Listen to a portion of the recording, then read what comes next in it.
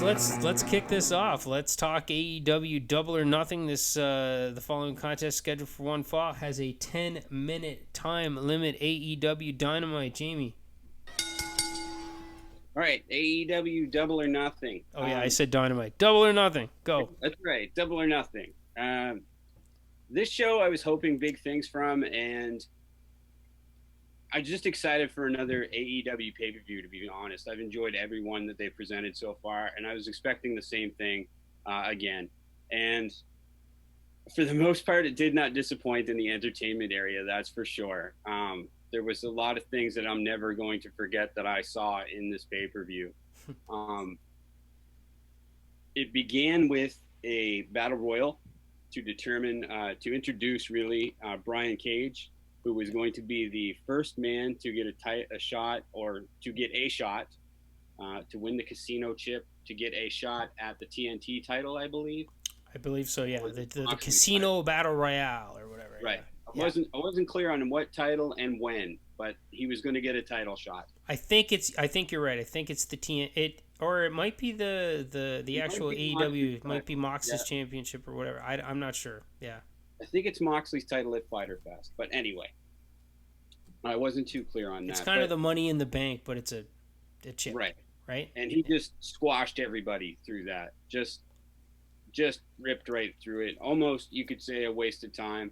The cool thing about it was that he was introduced with his manager Taz, which I was excited to see Taz come into the ring again. Yeah. And hopefully this leads to now these older guys having factions like Jake the Snake and Arn Anderson and Tully Blanchard and Taz, having these little factions of groups of guys they work with to make legitimate heel stables or face stables to make it work.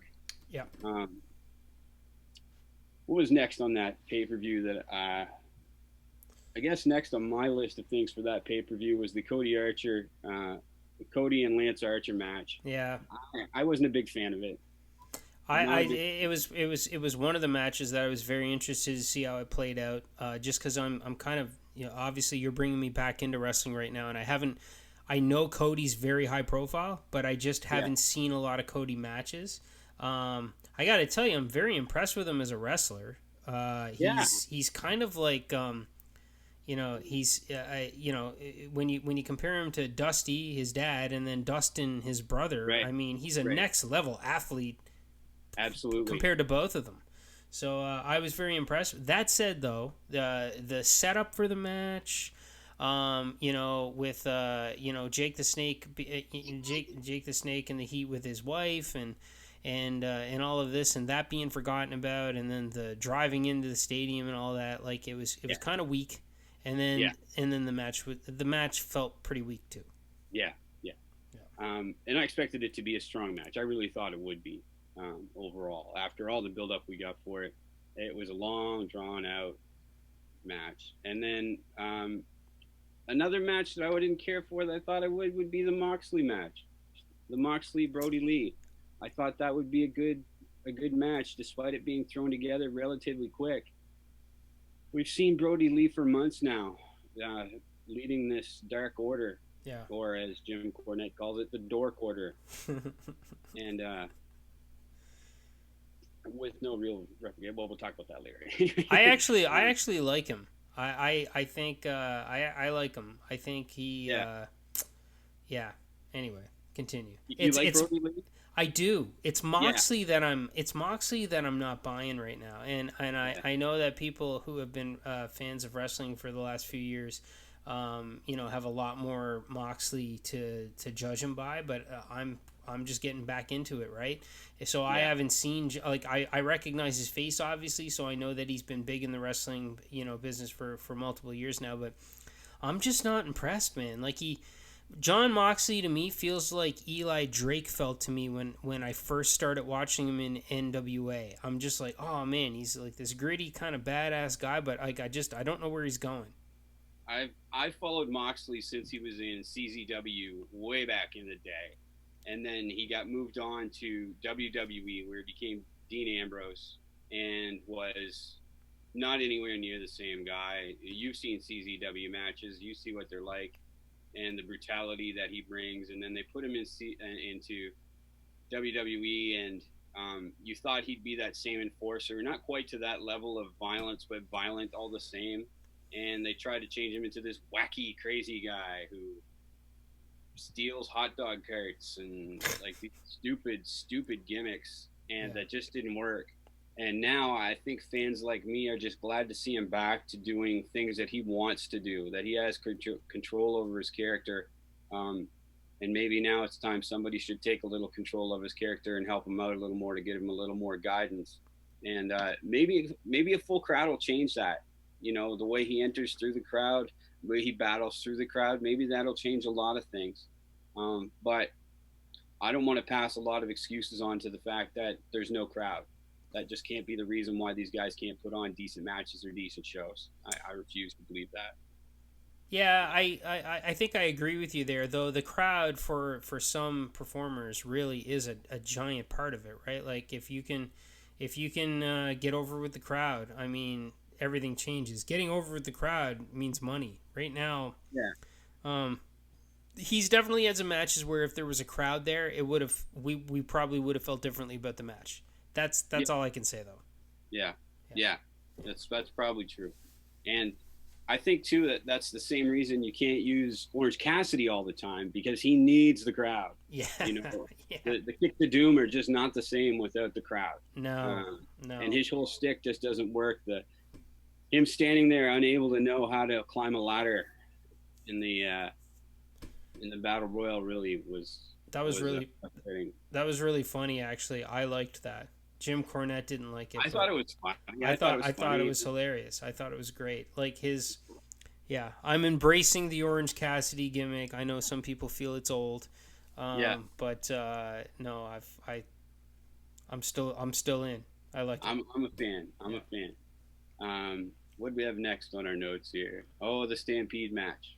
Yeah, we might as well get right into the Stampede match. This is the money match for this entire pay-per-view. This is also the match that has led Jim Cornette to decide, and we're going to get into this later, but he's not watching AEW anymore. It was pretty crazy, man. It was pretty crazy. You know, I talked to you about this recently. One thing that Jim Cornette says that I agree with is if gravity exists in Act 1, it shouldn't exist in Act 3, unless Act 2 was eliminating gravity. Right. And so a lot of AEW matches, like finishers mean nothing anymore. Everybody kicks out everything. You basically have to, you know, like running somebody over with a golf cart, as they call it, which it wasn't a golf cart. Like, but anyway, that's probably not going to get you a pin. But that said, like, you know, this match, it had a lot of crazy stuff in it that, you know, like was sold in inconsistent ways. But you watched it with me. I was laughing constantly. Now, here's the problem. I was incredibly entertained by this match. Yeah. But you tell me if this bothers you. I was laughing at their expense. I was not laughing because I thought, well, there were times that I was laughing because it was genuinely funny, but a lot of that match that we were watching I was laughing because I can't believe how horrible this is, but I'm incredibly entertained by it. You tell me, is that problematic to you? It's not. As long as you're being entertained, I think they're okay with it. I think they're going to be down with it, and they're hoping for that reaction of any kind, whatever that reaction is. As long as it's not a no reaction, you know, as long as there's not boredom and you're not sitting on your hands type of thing. Oh yeah, I wasn't going to stop watching. No, yeah. I mean, at this point, I mean, Matt Hardy has to be making fun of the 1,000 gimmicks that were terrible that he knows he's had in his career. You know, going back to V1 all the time, and as he does in this match, he ends up in the pool of reincarnation that happens to exist in the pool in what's the name of the field? So the Jacksonville Stadium, I can't remember the name of the actual arena. It's sponsored by somebody, but anyways, Jacksonville, they've got this big pool up in the top deck. It's this nice little party area, and I'm sure people pay a pretty penny to hang out and watch the game there. But you're actually in a pool that has like a glass wall in it, kind of overlooking the field, and that pool served as the pool of reincarnation. To take it to a whole new okay, we'll talk about all like the various little spots. Let's talk about the pool of reincarnation real quickly. Yeah. So Matt Hardy gets pulled up there. They throw him in the pool like they're gonna drown him, and all of a sudden he emerges from the pool in different attire and a different. At first, they had a hard time because one of the proud and powerful, Ortiz, didn't know how to swim. Right, that was funny. He's like, I can't swim, and he slowly descends the 3-rung ladder. Yeah. The whole thing was hilarious, but the part that made me laugh the most, Jamie, was every time they dunked his head, they did an underwater shot, and he'd be like, he'd be like doing this sign, and then out of nowhere, like the camera would break, and he'd come up wearing different clothes, and he's a different Matt Hardy. Yeah. I mean, they were really embracing the cinematic, silly match in that. The goofiness of it, yeah. Honestly, listening to Jim Cornette react to this part and having a complete meltdown was funny. But anyway, so we had Matt Hardy reliving the pool of reincarnation out in the top deck of the Jacksonville Jags field. Let's talk the entrance really quickly. So the entire Jericho Inner Circle comes out wearing football uniforms, and they basically come out like they're a football team. Jericho wore number 27, which is what his dad wore in the NHL, and then they all had numbers on their backs that were symbolic to them in some way. And it was interesting enough. It was goofy, but it was interesting enough. And then their opponents come out. It's kind of normal, Kenny Omega comes out, sort of normal, everything like that. And then it's time for Hangman to come out, and he just doesn't. So they all start fighting, and we're like, what's going on? What's going on? What's going on with Hangman? And they keep asking Kenny, where's Hangman? Yeah, where's Hangman? Where's Hangman? And he's like, don't worry, he's coming. Don't worry, he's coming. Yeah. And you and I could tell, like, Sammy Guevara was waiting for Hangman because there was a spot coming. And, seriously, 5 minutes goes by, and Sammy Guevara, we're pretty sure, like, he just went to take a bump just to occupy his time because he looks silly. Thank goodness there was not a single fan in that 65,000 seat stadium or whatever it is to see him do that. And then all of a sudden, Hangman emerges on a horse and chases Sammy Guevara he chases him off the field, whatever. Yeah. And then he very slowly moseys through the undercarriage of the stadium, kind of looking for him to see where he went. I'm pretty sure Guevara re-emerged on the field 2 minutes later. Yeah, he was back on. And then 15 minutes later, we get a shot of Hangman still walking around on the horse looking for him, and he comes across the bar, and he goes and he hits the bar. So, what else are we missing here? Like the major things in this match, other than the finish, which was we'll get to that. In the bar, then Jake Hager joins them at the bar. They have a drink. And then Jake Hager, are you going to here to drink or fight? Both. And then they go off at each other. And then, was it Hager drags?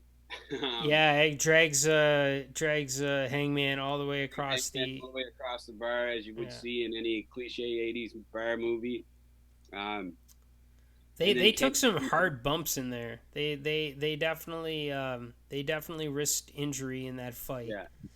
And Kenny came in, and Kenny and Hangman put the boots to Hager. He took a beating, and then they did the Hangman's lariat off of Kenny's back, and then they sat down and had a drink of glass. One had a glass of milk, and one had a glass of and the whiskey. And the funniest part of that is when they cheersed, the glass of milk, like a giant portion of it spilt into the whiskey. And Hangman still had to look like he was enjoying his whiskey. Yeah. Anyway, the whole thing is chaos. We had the moonsaults. From the field goal post. That happened. Who was it that they had the spot where he ran all the way up the stairs in the stands?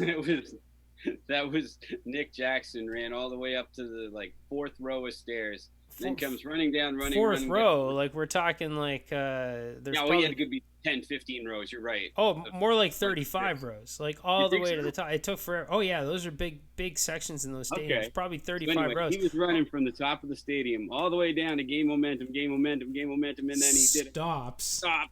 Gets There's up on the rail. So that run did nothing. But it was funny because if the crowd had been there, it would have been a whoa. Oh yeah, the crowd would have loved it, but there was nobody there. What else was ridiculous in that match? The finish was ridiculous. We're going way over our 10 minutes here, so maybe let's just the finish was ridiculous because the finish was Kenny Omega does his signature maneuver. What's it called again? The half wing. Oh yeah, one winged angel. Well, yeah, exactly. He does that off an insane height, and it's a very impressive looking bump. But they didn't even try to disguise the fact that he did it. Like they landed on a giant airbag. And they didn't even try to disguise it because we looked at it and I'm like, well, that's clearly an apparatus to catch a big bump, right off the bat. And then they go through it and it's like, okay, they're on an airbag. Prior to that, though, they had the callback to the fight, the street fight on Dynamite, where they were running down, where Guevara got run over by I don't want to call it a golf cart, but it's like a mule, like a side by side, whatever. It's like a side by side, It's a heavy duty machine. Yeah, I wouldn't want to get hit by it. No. Anyway, they harken back to that, and they track him down, and then they run through the crowd, and then finally they hit him with that finisher, and that was the match. There was also an ice machine that they, instead of Matt Hardy going into and changing character. And here's the thing: who did they put in the ice machine? Ortiz. Ortiz reemerged he reemerged at the end of the match, and it was never explained how he got out of the ice machine. Right, because he was locked in there with a baseball bat. Locked in with the baseball bat. We never find out how he got out. I mean, clearly one of the cameramen could have let him out. If we want to use logic, but you can't use logic in a match where the pool of reincarnation existed. Exactly. Yeah. Exactly.